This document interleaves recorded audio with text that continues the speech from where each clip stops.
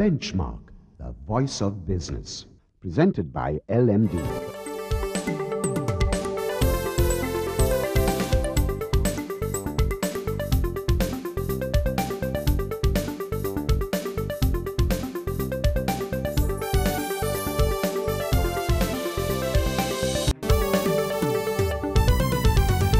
On this edition of Benchmark, we talk to the chairman of the Sri Lanka Tea Board, Rohan Pethiyagoda, about the island's tea industry as Ceylon Tea celebrates its 150th anniversary. Then, we bring you some insights into the Colombo bourse and investor sentiment with LMD columnist Hasitha Premaratna. And Mihirani Dissanayake, the country manager of Kantar TNS, wraps up the show with an analysis of TNS's exclusive survey for LMD. That's the lineup for Benchmark. Hello and welcome to Benchmark, the big picture business program. I'm Savitri Rodrigo. This year, one of Sri Lanka's most famous brands, Ceylon Tea, celebrates 150 years. And on the program today, we are privileged and honoured to have with us the chairman of the Sri Lanka Tea Board, Rohan Pethiyagoda. Rohan, welcome, and it is indeed a milestone for Ceylon Tea. But well, there have been pros and cons. How would you describe the state of the industry the way it is right now? Well, we've come a long way in 150 years, I'm happy to say. The industry is going through a time of transition because Sri Lanka itself is transiting from a developing country into a middle-income country. And that brings huge challenges for agriculture in general. And the tea industry is going to be one of the victims, in a sense, and I think also one of the beneficiaries of that transition. So the victim in the sense that we can no longer produce cheap tea because we can't compete with the world market. In the cheap tea segment. 80% of the cost of a kilo of tea is in labor. And as the cost of labor increases, it becomes increasingly difficult to justify the cost of labor included in the cost of a kilo of tea. At the high end, the advantage of moving into a middle income country is that we have services.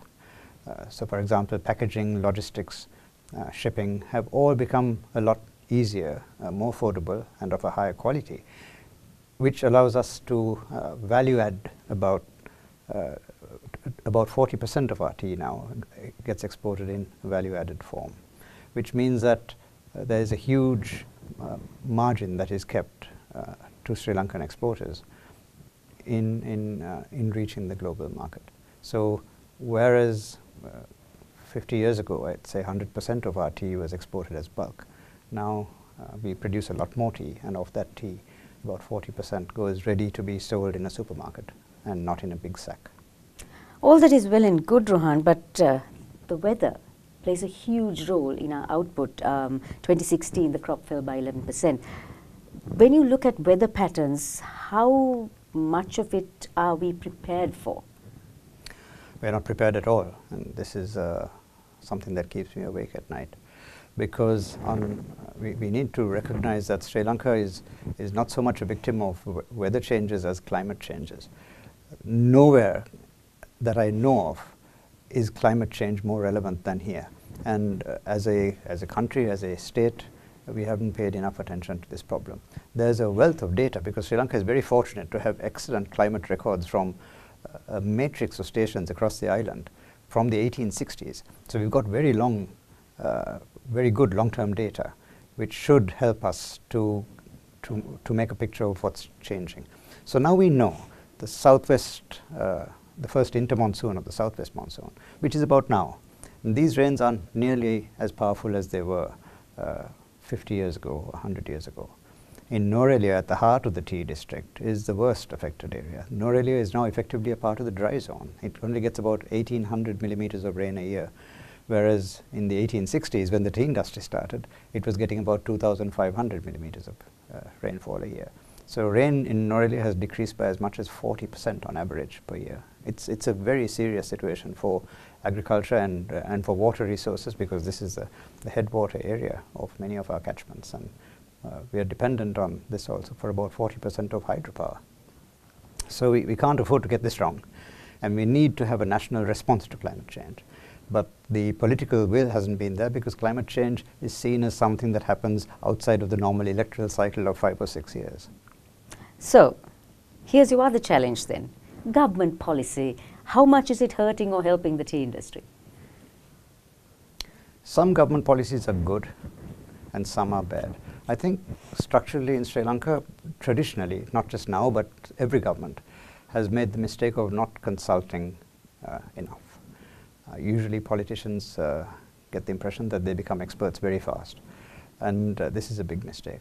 So the consultative mechanisms that you need, regardless of whether it's agriculture, economics or education or anything else, the consultative mechanisms don't seem to exist to feed policy upwards until it gets decided by the government. And this is a national weakness. It's a weakness of all developing countries. This is not unique to Sri Lanka. There are about 120 countries in the world that I think would suffer from this. So in the plantation sector, for example, the way in which we regulate wage policy, it's a huge challenge to try and tie wages on the one hand to productivity on the other. Naturally, unions resist productivity because they want to get more money for less work. That's human. We all want more money for less work. But at the same time, you can't run an industry effectively if you don't have some kind of linkage between productivity and wages. And we've resisted this all along. We've had problems with, for example, weedicide, the ban on glyphosate, which happened almost 2 years ago now, was without any meaningful consultation with, for example, the Tea Research Institute, the Register of Pesticides, the Medical Research Institute, all the bodies that usually should feed into a decision don't tend to get consulted. Someone just snaps their fingers and makes a decision. And then that has huge repercussions on the industry. With fertilizer, we had a similar issue last year, where we tried a fertilizer subsidy that was paid to the fertilizer importers. Then we tried a fertilizer subsidy that was given in the form of cash to farmers. We found that that doesn't work because many of the farmers who benefit from the subsidy tend to be very poor. And when they get cash to the hand, they've got a pressing need of the day, whether it's school books or uniforms or food on the table. And that money doesn't tend to get spent on fertilizer. Now we've trying to move away from that and find a new methodology for this, which might be, for example, giving a voucher. But it's a question of unnecessary trial and error because these are fairly simple issues to solve. If you just listen to the social workers, the people who are running the little microcredit NGOs in the village, but we don't have a mechanism for their wisdom to filter to the top. So here's what I'm seeing. A low output, high wages, high energy costs, government policy that does more harm than good, sort of a lack of strategy. These seem to be insurmountable challenges. How are you going to get around all this? I don't know. It's a huge problem because, as I said earlier, there are another 120 countries in this predicament.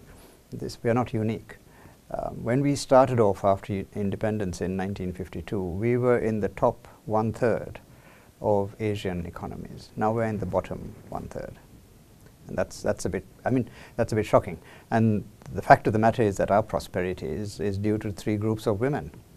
You know, the apparel workers, the tea workers, and the women who work in the Middle East and keep this economy alive. And it's thanks to their work that we have the prosperity that we enjoy today. But national production itself hasn't been nearly as remarkable in feeding to that chain of prosperity as we might have wished.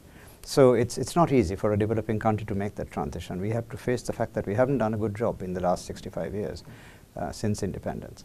And we need to have a new set of thinking. Right, we are going to continue this very interesting discussion, Rohan, after this break. So we've been chatting with Rohan Pethiyagoda, the chairman of the Sri Lanka Tea Board. And on the other side, he speaks about gender empowerment in the plantations, as well as the industry's reaction to the workers shifting away from the tea plantations to white-collar jobs. Stay with us.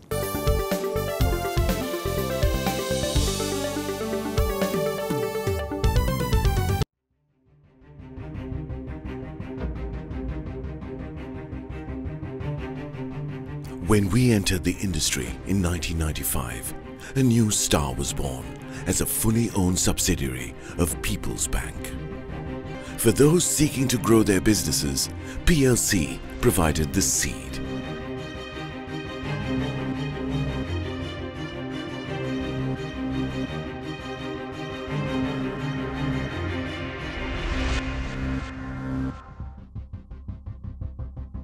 We are not only Sri Lanka's #1 leasing company, but also the largest non-banking financial institution. Welcome to a new dawn for the nation. Introducing People's Leasing and Finance, PLC.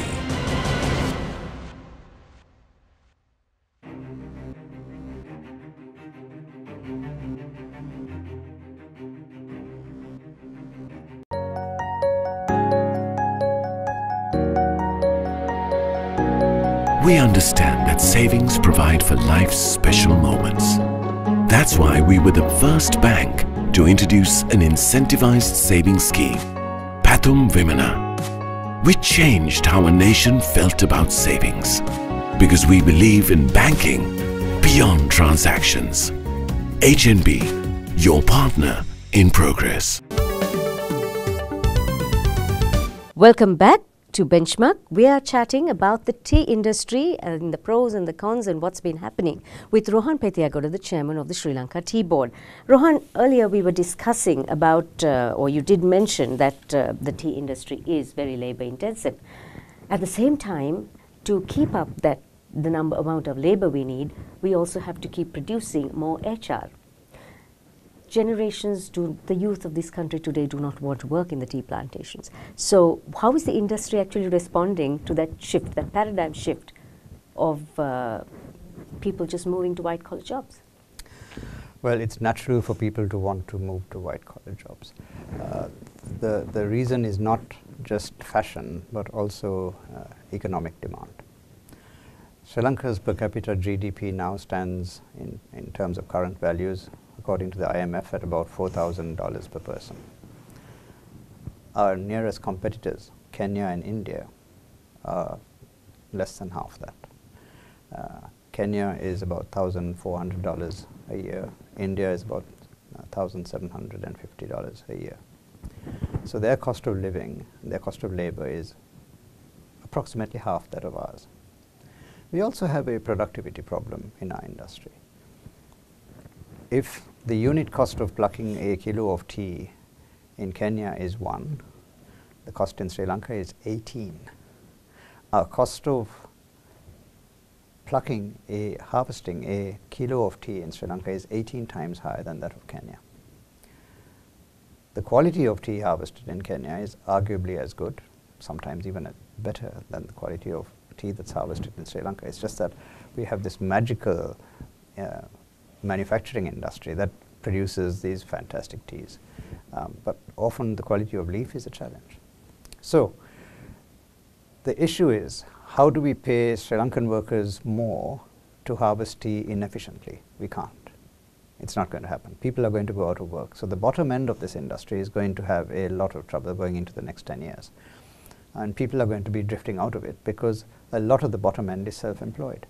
So if you ask a village youngster whose family has got 4 or 5 perches of tea, would you rather harvest the tea or drive an Uber or a taxi? He's going to want to drive the taxi or pump petrol in a petrol station. The girls would rather work in a supermarket rather than plucking the tea, because there is a sense that urban employment is much more dignified than agricultural employment. So we have to recognize those realities. So the fact of the matter is that unless our productivity goes up, the tea industry doesn't really have a future. That's a good thing. From an international perspective, though, both India and Kenya are not considered positively for the wages they pay their workers at that level, whereas Sri Lanka is and has a very good reputation of good payment. But let me get to my next point. Good payment is one thing. Inequality in wages where gender is concerned is another. We talk about creches and family planning and post and prenatal care for women, etc. But on the ground, at the end of the day, it's money that matters. There is gender inequality, whether we like it or not. Yes, but I would read a bit more into that than what you said. Sure, I mean, I accept everything you said, but I would like to look at it differently. I think you're talking mainly about the regional plantation companies because they are the wage earners. The smallholders are largely self-employed. So let's look at the wage earning community. In my lifetime, my father was a tea planter, my grandfather was a tea planter. We've come a long way. So first of all is Sri Lanka has done quite well. We've got plantation workers into an almost respectable level with high ethical standards, high levels of all the social benefits that you mentioned, like healthcare and education and childcare and child nutrition. These are all important. But we've also fallen back in some things. When we went through the trauma of land reform, of getting the British out, as it were, in the 1970s, we have to remember that only 25% of the plantations were owned by the British. 75% even then were owned by Sri Lankans, whether smallholders or local companies. In order to just get rid of that colonial problem, we caused a massive upheaval in the name of land reform, but there wasn't any land reform. Land reform means taking land from one small group of large landowners and creating a large group of small landowners. That never happened. We took the land from the British and the Sri Lankan companies and we vested it in the government and created one landowner with one set of policies. Now, if one guy tries to run an industry that should have the diversity of several thousand, and he makes one mistake, he kills the whole industry. When you kill diversity, you kill creativity. And that's what we did. So we created the SLSPC and the JDB. They ran up billions of rupees in debt, massive losses, and then in a sense of crisis, the government said, oh, what shall we do? Let's lease it out to the regional plantation companies in 1993 or 94. What happened then? You've got 20-odd regional plantation companies who have got 50-year leases. A 50-year lease is not a reasonable period of time for an agricultural entity of the size of an RPC, because a tea plant in the highlands takes 5 or 6 years to start bearing. It's got a 50-year lifetime. These RPCs have now run through more than half their leases, and they're looking at another 2 decades. Why should they reinvest on this, in this industry? Why should they build the roads? Why should they build new housing? Why should they even maintain what they got? Who renovates a rented house? Nobody does it. So we've got a model that is designed to fail, because we can't bear to give long leases. Why? I don't know. We can't bear to sell state land. Why? I don't know. Land is another commodity that should be a market. In every developed country in the world it is. But we can't face that as a people. It's not the government's fault, it's the people's fault. And unless our people can be educated out of this kind of folly, out of this kind of thinking of the 1950s, we will be destined to not succeed. I think you're banging your head against a brick wall somehow. I think that very often. So as a final question, Rohan, do you think Sri Lanka will continue to have tea as its main traditional foreign exchange earner, or do we need to look at a different model, or do we just need to now fold up the industry and move on to something else? Oh, I certainly don't believe we should fold up an industry. I just think we just need to let innovation take its course. If we free up the industry so that market forces operate, there will be some failures. It's often said that creative destruction is what makes industry work. And if we allow for creative destruction, allow people to fail, it's very important that someone fails, because we learn so much from failure. And if we try to keep an industry artificially subsidized and mollycoddled, it's never going to succeed. So we have to also look at new opportunities. 2 million tourists a year now. Each one of them is a potential brand ambassador for Ceylon tea when they leave the country. Are we doing enough to convert them, to indoctrinate them with Ceylon tea? I don't think we are. But at the same time, look at Colombo. There's probably a dozen tea shops that weren't here 4 or 5 years ago. Tea shops meaning places where you go and drink tea and appreciate tea. So there's a market. And the fact that that market is growing, that people are coming here and tasting our tea, that Ceylon tea continues to strengthen and appreciate in value in the world market, those are very good signs. And I think that means the industry is going to thrive. It's not going to be a mass industry. It's going to come into a much smaller, a keener, meaner industry. But I think that's a good thing.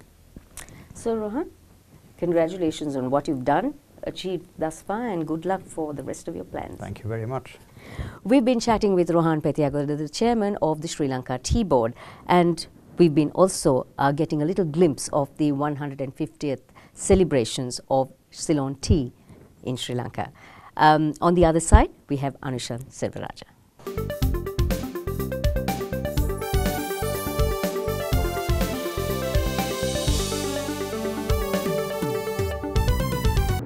Sri Lanka's #1 leasing company is now the nation's largest and highest rated finance company with 2 international ratings. Let us move the nation as one with People's Leasing and Finance PLC.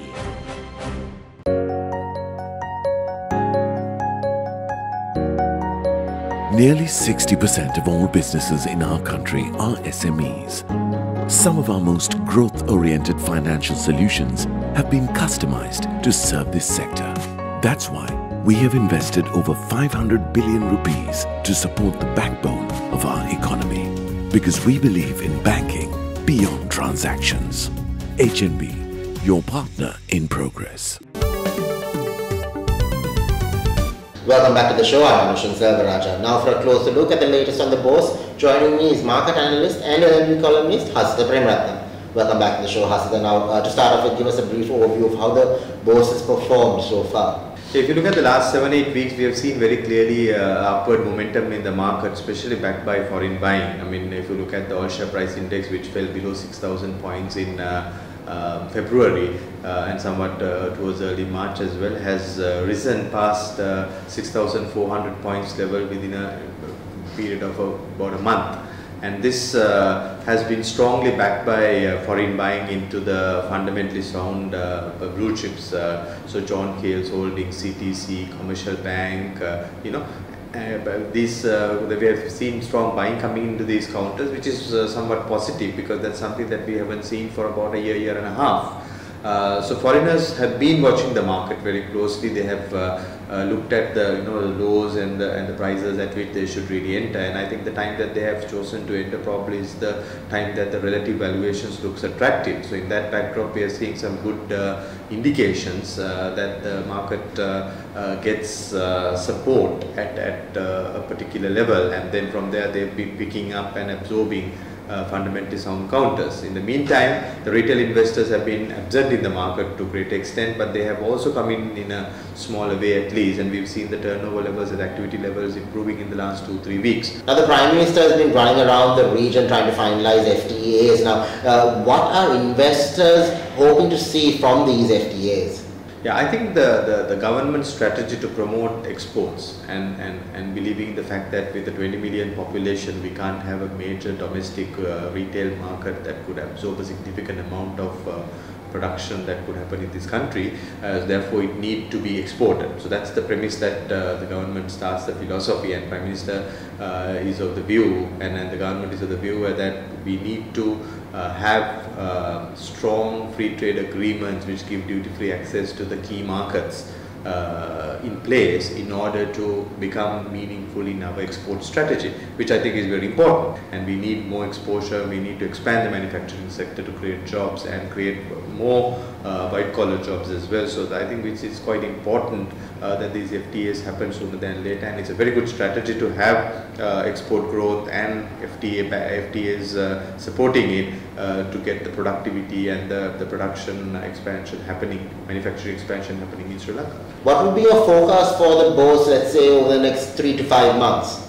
Yeah, I think the current momentum that has picked up may not be sustainable to grow at the same pace, because it has to ultimately marry with the economic factors as well and how the economy is growing. So the way it looks like the economy will grow at about 5 to 6% range. But having said that, it's also important to consider the global scenario where there is a lot of uncertainty in the global markets, global economies, which is definitely going to have an impact on us as well. But in the meantime, the inflation has picked up to about 8.5% in March, which will keep interest rates up, which will make it difficult for the government or the central bank to bring the interest rates down, which means that again the low interest rate environment to support credit growth for businesses to grow may not be there. But having said that, government may have to look at alternative ways in which the industries do get attractive lending rates to invest, because if they want to promote manufacturing, promote investment, obviously that kind of liquidity has to be created. So I think that framework is somewhat spoken about, but then it's not really in place. So given that background, interest rates not necessarily seeing a downward trend in the short term, or short to medium term, I think the bourse to sustainably grow into a sizable level may not be there. But there will be few rallies that will come in the next 3 to 4 months, because already the foreigners have absorbed the bottom of the market. So I think the market has already bottomed, but then having said that, there will be some volatility that will come in, but it will give opportunities for the bargain hunters, especially the retailers, to pick up, because one thing that the retailers should keep in mind is that foreigners have already entered the party, and then you should not enter too late, because that means that will give headroom for the foreigners to sell when the market is doing well. Actually, you should be buying when market is not doing too well. And that's when probably the bargain hunting opportunities will come. So I think overall trend will be positive in the market, though there will be volatility and profit taking happening time to time. Thank you for joining us, Hasta. Thank you.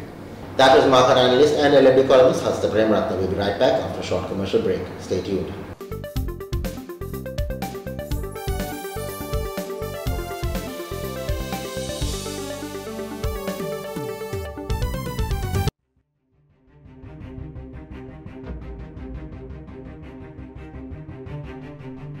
When we entered the industry in 1995, a new star was born as a fully owned subsidiary of People's Bank. For those seeking to grow their businesses, PLC provided the seed.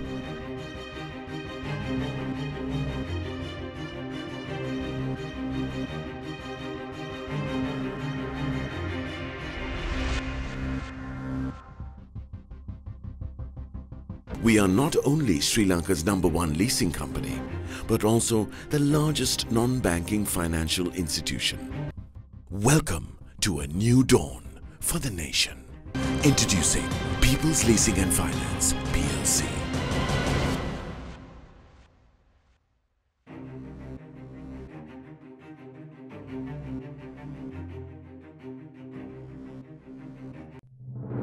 Sri Lanka's #1 leasing company is now the nation's largest and highest rated finance company with 2 international ratings. Let us move the nation as one with People's Leasing and Finance PLC.